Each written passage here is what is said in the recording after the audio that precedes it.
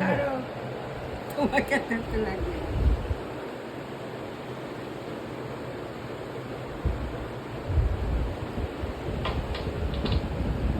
হয়ে গেছে, রেডি।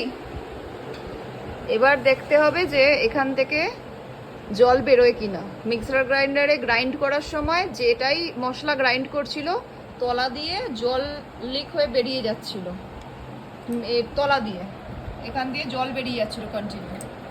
তো যেখানে রাখছে সেখানেও জল বেরোচ্ছে, পড়ে থাকছিল।